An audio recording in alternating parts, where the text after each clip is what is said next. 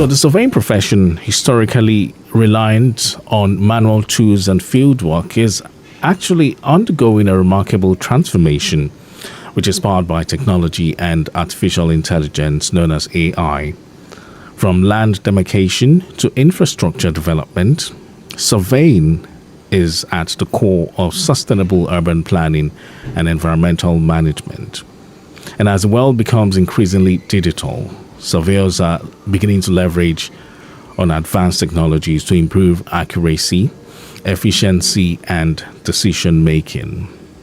With the world rapidly embracing digital tools, how is the surveying field adapting, evolving, and innovating? These are questions my guests will be answering on the show this morning. And to help us understand this dynamic shift, I have with me Surveyor AGWU Roberts, MNIS, Publicity Secretary, APPSN, Lagos State Branch. Good morning, and good to have you on the show this morning, Surveyor AGWU Roberts. Good morning, Mike. And also joining us is Surveyor CHIKA, VINCENT, OKOROCHA, MNIS. Good morning, and good to have you on the show. Yeah, good morning. So these are two forward-thinking professional surveyors who will be taking us to school on this conversation, the role of tech and AI in enhancing the surveying profession. Okay, so to begin with, Surveyor AGWU Roberts, can you briefly explain what surveying profession entails in today's context? Okay, first of all, before I answer that, let me just wish all our Muslim faithfuls, all our colleagues and Lagosians and beyond a happy Eid al-Kabir celebration, and we pray that the blessings of this season will rest with every one of you and your families. Right. Yes, so surveying plays a very major role, and by surveying we want to bring everything under the geospatial industry, under that umbrella. So anything that has to do with acquiring data relating to space, relating to the Earth's surface, and even beyond, either underneath the Earth's surface or above the Earth's surface, anything that has to, play around that industry, we want to bring it under the umbrella of surveying. Just so that the layman understands what we're saying. So surveying plays a very key role in our day-to-day endeavors. And that's why we take pride in saying that surveying is the bedrock of any meaningful development. So for any development to be meaningful and sustainable, surveying must play a major role there. So either it's in the area of infrastructural development, either it's in the area of planning, either it's in the area of security, either it's in the area of agriculture, housing, and come to think of it, whatever it is you're thinking of, surveying plays a major role in it. So how has surveying evolved over the years now? I want you to talk to my listeners. Yes, okay. Surveying happens to be one of the few professions that technology has helped. I will say helped because a lot of other professions, there's always this scare that, AI and technology is going to take our jobs away from us. But we are excited as surveyors because for every technological advancement, it comes with its advantages to us. And it's just aimed at helping us better deliver on our services and then cut down on time, cut down on logistics, cut down on some of the hazards that we're exposed to. There was a time when for you to map any area, you must physically get to the location. You must have boots on the ground. Absolutely. But now with the advent of drone mapping and remote sensing and all that, we can actually map accurately without having to, be exposed to all the dangers that are on ground. Wow. Okay, so let me talk to Surveyor CHIKA, Vincent. We understand technology is transforming industries everywhere. And from your point of view now, I would like you to, just give us some of the innovative developments that have revolutionized surveying in recent years now. Okay, yeah, that's a very good question. Recently, like my colleague was saying, how about you move closer to the mic? Okay, like my colleague was saying, in the past, before you can map maybe a very large area, let's say 1,000 hectares of land, it will take you close to 2 to 3 months to finish doing a topographical survey to model that entire area. Wow. But recently we now have drones. So a job that would have taken you 2 to 3 months can be completed within 1 week. So because of drone technology and LiDAR technology. Another very recent one. In the past, surveyors used to carry tool. Most people look at surveyors as people that hold something like camera on the road, but and then using such kind of tools for surveying activity, it takes so much time, and young people were not really interested in it. But today we have global navigation satellite system, and it connects to the internet. We now have Internet of Things in surveying. That means we have things like continuously operating reference station that works with the internet, so surveyors can be anywhere they are and can still provide as good as 1 cm accuracy, no matter where they are connecting to the internet, part of the world, anywhere at all.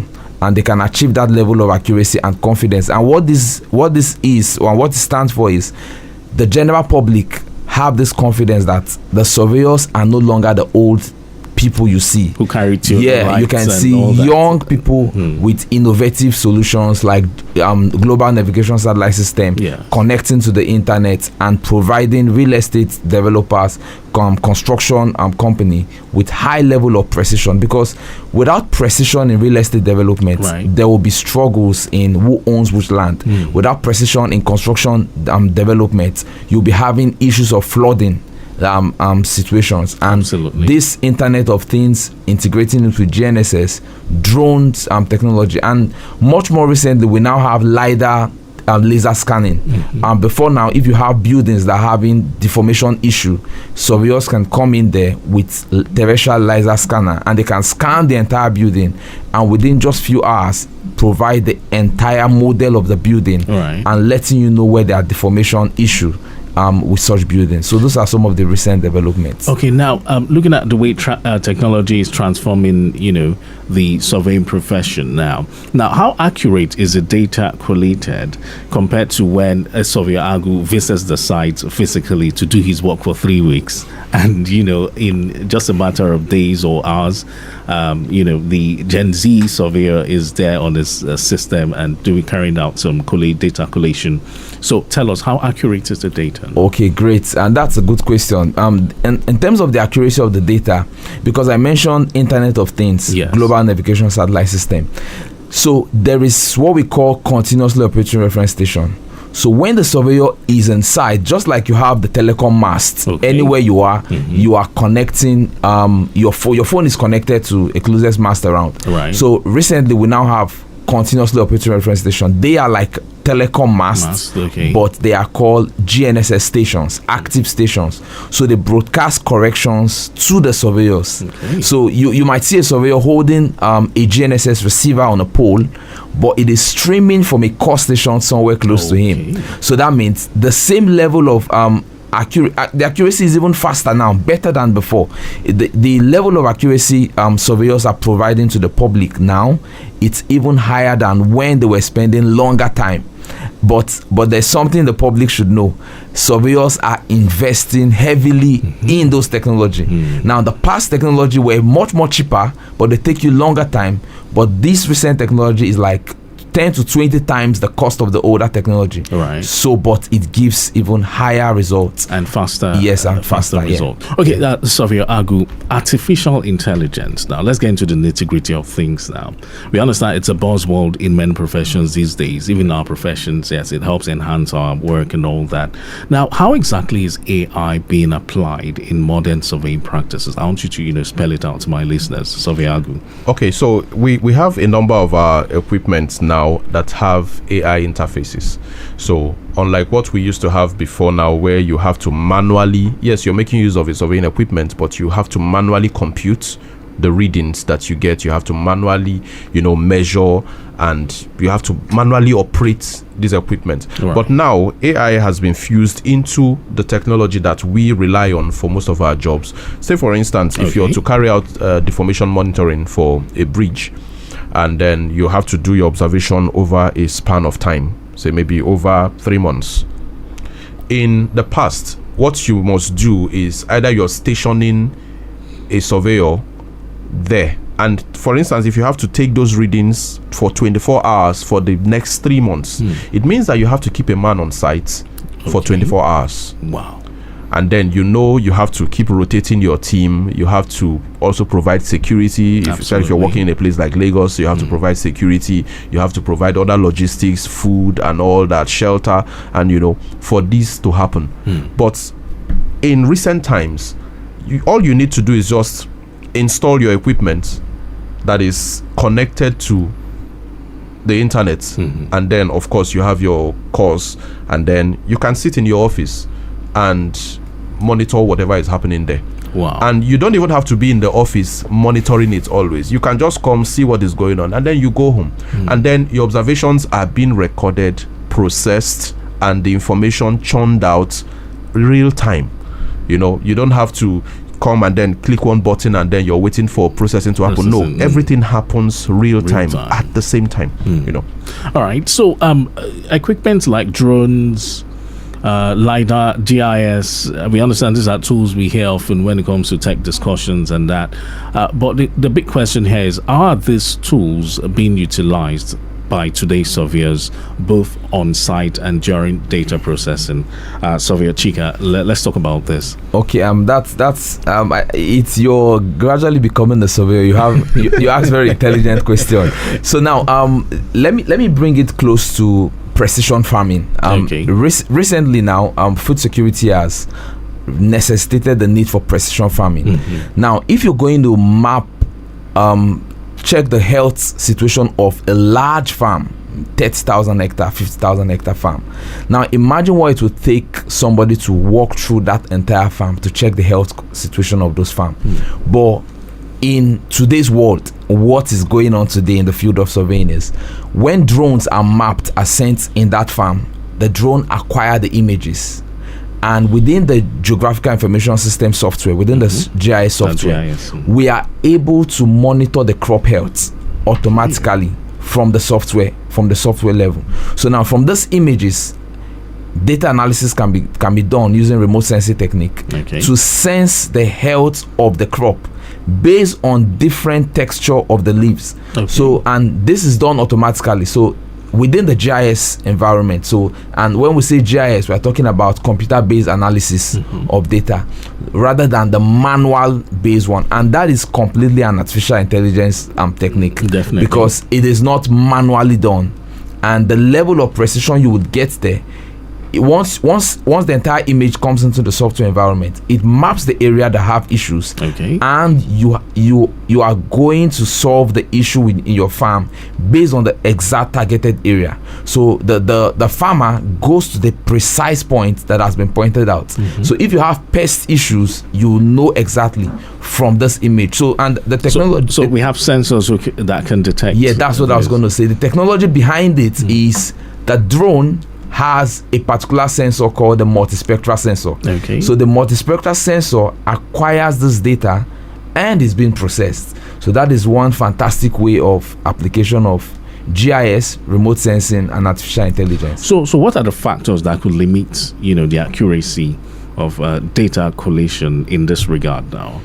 Okay, now the factor I would say would be a human factor, but now we are taking off human limitations out of it. Good. So you are having very high level of precision. Now, what do I mean by that? These drones are programmed to fly automatically. So it's not like somebody is going to manage the control of the drone physically. So you program, we call it, you plan your flights and you fly your plan. So what that means is, before I fly a drone, a survey, now different people use drone, but the way surveyors use drone is different from entirely? The way, completely different. Now, because we plan the flights and fly the plan. So that simply means when we launch a drone, the surveyor's job is not manually controlling that drone. The drone performs the mapping based on the planned flights, and the surveyor's job is just to monitor and observe the operation of the drone. In case of any emergency, he calls the drone back. So that gives high level of precision because it's automated, and there is AI activity, also AI effect on the drone. The sensors are there, GNSS receiver are there. So the GNSS receiver on the drone gives us the exact locations. The sensor on the drone gives us the health situation of the crop. So that is how high our level of precision is now. Okay, so Agu, let's look at weather conditions and environmental factors. How do they influence, the level of precision when it comes to, collating data in this regard? Okay, so the beautiful thing about drone mapping, let's just stay within that context. Okay, drone mapping. The beautiful thing about drone mapping is that if you're deploying a drone that has onboard a LiDAR payload, so that's the LiDAR is light distance and ranging, is a specialized camera that makes use of that high degree of technology. Okay. So now it's able to perform its functions irrespective of certain harsh weather conditions as against the conventional type of mapping, where you have to think of, okay, maybe we need to fly at a very low altitude to be able to get a perfect picture of what we want to do. But no, that technology is able to bring down the limitations of harsh weather conditions. Okay. Yes. And then some of these drones are enabled to even they have the ability to function even in the rains. So rain may not necessarily be a factor that will hinder your observation. Unlike before, when you're carrying out your observation and then once the cloud starts gathering, you start packing up. Even with our normal GNSS receivers, the modern ones we have now are waterproof. Yes, so the only thing the surveyor will be bothered about might be himself being beaten by the rain. But as for the equipment being damaged by the rain, no, there's no danger there. Lagos Traffic Radio 96.1 FM. The Benchmark is the program, and we're looking at the role of tech, that's technology and artificial intelligence, in enhancing the surveying profession. My guests are Surveyor AGWU Roberts, MNIS, Publicity Secretary, APPSN, Lagos State, and I also have in the studio Surveyor CHIKA, VINCENT, OKOROCHA, MNIS. Let's talk about what has gone on so far out there. From Mao to an incident just occurred. It's an accident, actually, involving a loaded truck and another flat body truck right on the expressway in Watsele-Jesha. I understand officers are very much on ground monitoring the traffic, while the tow truck has been contacted for evacuation. So it's a slow movement at the moment along that stretch of road. So this is at Mile 2 in Watsele-Jesha. Be on the lookout. And the much talked about tanker that ran in between the median at Obafemi Road inward Otauno is off the road now. It has been evacuated. Okay, so for the Agege bound travelers, look out, busy traffic at Yanorili inward Fumilayo owing to counterflow at Yanorili as the Muslim faithfuls are having their prayer session there. But we're yet to get the latest on whether or not they have rounded up the prayer session. But then, just be on the lookout. We have traffic managers on ground doing the needful. Counterflow being deployed at the moment, especially at Yanorili inward Fumilayo. All right, so it's a slow-moving traffic, however. All right, let's quickly touch down on this one. It talks about, the Otedola corridor. New Garage, a busy movement from New Garage towards Opik. We've been expecting this one for some time now.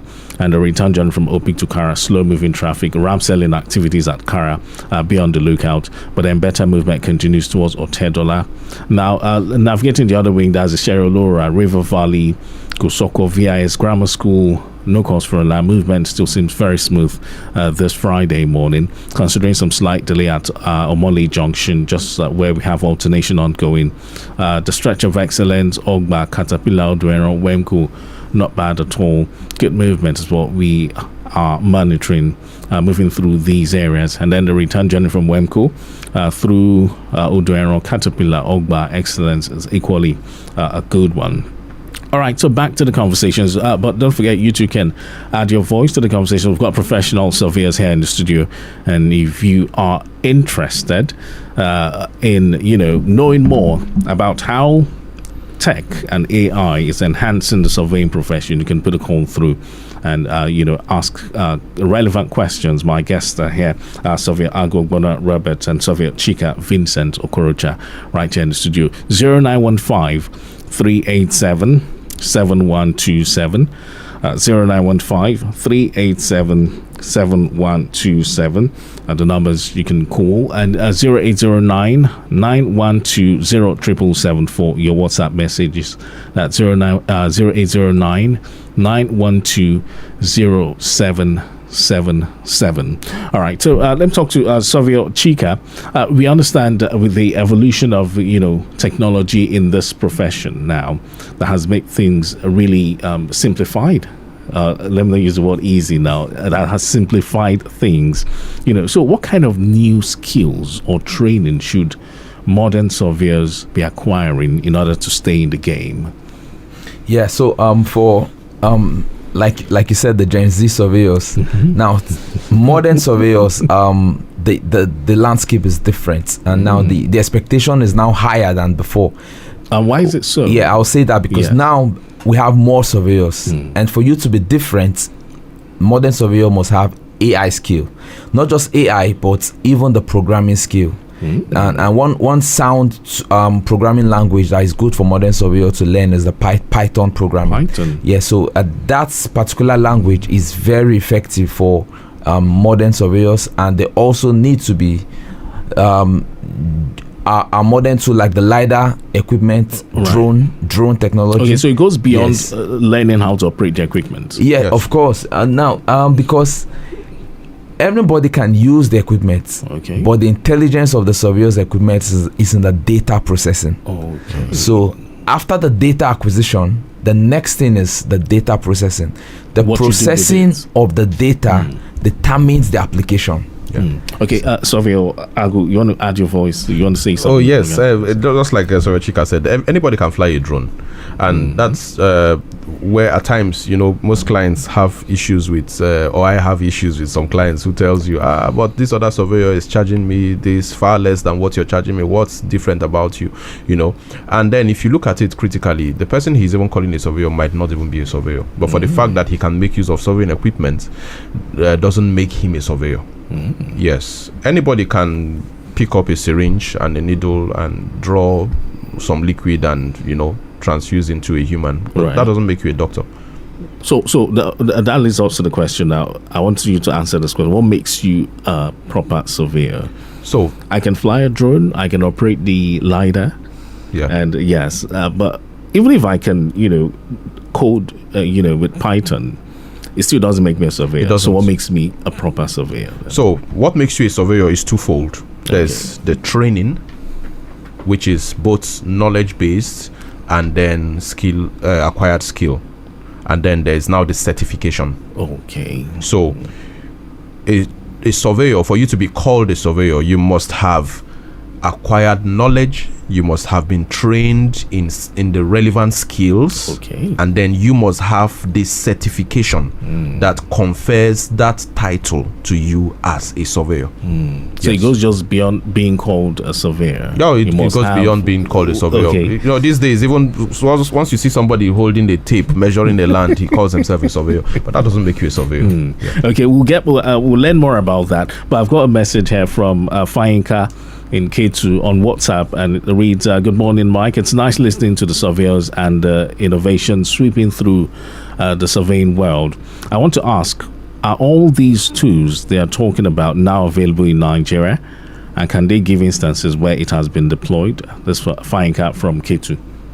Oh yes, Nigeria happens to be a very peculiar market. Nothing new stays 2 weeks in the market before getting to Nigeria. I agree with you on that. Be it cars, be it devices, be it gadgets, be it fashion. Definitely. Whatever it is, 2 weeks is even too long a time for you to get into the Nigerian market. And, surveying equipment manufacturers have found a market in Nigeria. Have found a market in Nigeria. And, Nigeria, the Nigerian market is really, growing in leaps and bounds. So every of this technology we're speaking about are already being used and deployed here in Nigeria.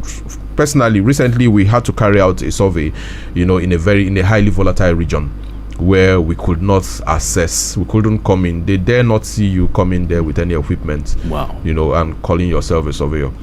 But what did we do? We had to, pay some extra money, acquire drone imageries that were highly accurate, and then processed, and then we're able to send in our results to the client, and everybody was happy.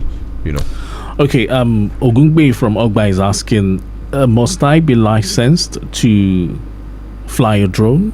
Do you need some form of license? Because I've been hearing about licensing and the fact that you can't just fly a drone in Nigeria. Tell us about this, Survey AGWU. Okay, yes, I would just start out and then allow Survey CHIKA, who is a subject matter expert, to finish that. Oh, okay. Yes, but yes, the NCAA, that's the Nigerian Civil Aviation Authority, has that responsibility of certifying anything that has to do with, because they're in charge of the airspace. Aerial surveillance. Yes, they're in charge of the airspace. So they have that responsibility, certifying drone pilots. Even though there's also an argument that for certain degrees of aerial mapping, you don't necessarily need to go get that level of certification, especially if I'm just to do something around my neighborhood, and it's not as if I'm having it, because there are certain areas that are designated as no-fly zones. Oh, okay. Yes, for security reasons and all that. But if I'm just doing something around my neighborhood and it's not posing any danger or any security risk, I don't think I need some form of certification to do that from the NCAA. Yes, but I think Survey CHIKA would. Okay. Yeah. Tell us more. So let me just add to that. Now there are different levels of drone. There's a category called the recreational drone. Right, recreational drone, and they are high level of, and the payload of those drones are a bit lightweight. Why there are other bigger drones? For you to fly a much more bigger drones above 15 kg, you must have a license from NCAA. Okay. You must have a license. But recreational drones, small drones, they might not require that. But NCAA still encourages that, and encourage everyone flying drone to register their drone with them, and they actually have a process now of getting you licensed to be a drone pilot. So we now have professional drone pilots. Yes, exactly, certified by NCAA, and the process takes a period of about 6 months if you follow the process completely. And we've had discussion with NCAA. They are very open to professionals that are willing to get certified and follow the process. So they'll take you through the first step. They'll have an interview with you. They'll go through the kind of drone you're using and the process of you flying before you can even be certified as a drone pilot. You were going to carry out just like we have certification process for you to be called a surveyor. Yes. For you to be called a drone pilot, okay. NCAA have a process you must go through for you to get that level of certification. Okay, so let's take more reactions. This one here reads, "Hello, Traffic Radio. Happy Salah to our Muslim faithfuls. I want to appreciate the surveyors for this education they're bringing about surveying. So what are they doing about quacks in their ranks? I have come across one or two of them in the course of my work." Femi from Ablegba. Okay, I really appreciate you, Femi, for putting up that question. We've been trying our best, and it's a work in progress. The menace of quacks in the profession of surveying is quite much, and we're trusting that members of the public will also help us. And that's why on this program we have always advocated that before you patronize anybody who claims to be a surveyor, don't just meet somebody on the street and then he tells you he's a surveyor, or somebody's referred to you and he says he's a surveyor, and then you engage him, part with your hard-earned money, without visiting his physical office where he operates from. So you should take the pain to ask him for an appointment, to give you an appointment in his office. In his office, okay. Take the pain. You cannot be parting with 2 million naira and then you don't want to take the pain of maybe driving down to... Some people say the world is not a global village. We do our work without even meeting our clients, and don't you think that's... Yes, there's also that side to it. There's also that side to it. But, okay, even if you feel you don't want to go the extent... Okay, there was a client who was supposed to service sometime, I think 2 years ago.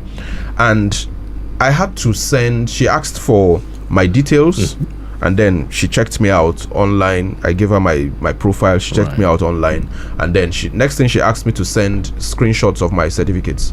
My certificate of registration with Surveyors Council of Nigeria, my certificate of membership with Nigerian Institution of Surveyors. I did. She went a step further. She said I should seal a plain sheet of paper and snap it and send to her that she wants to see what my seal looks like.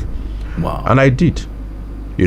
I also serviced another client, I think that was last year, and he asked for my full details. And it took him 2 weeks. He ran background check, full background check on me before he came back to say, okay, yes, we can do business now.